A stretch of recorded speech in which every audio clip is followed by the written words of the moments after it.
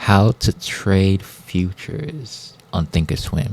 What's going on, guys? Today I'm going to show you guys how to trade futures on ThinkorSwim. My name is Malik. If you guys haven't subscribed to my channel, make sure you subscribe to my channel. Show some love. But this is a short video. Let's get straight to it. So let's go with ES. Okay. Sorry, my computer is a little bit slow.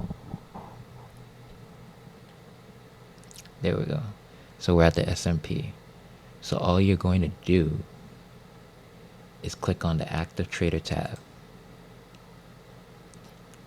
and click on buy market or buy the bid. It depends on how you have your settings, but by default you're going to have buy market and sell market, but you never want to buy, well, for stocks you don't want to buy market, you want to buy the bid, but this is futures, so you will most likely get at the exact price. So you just want to go to buy market, and when you want to sell your ES contract, you just go to sell market.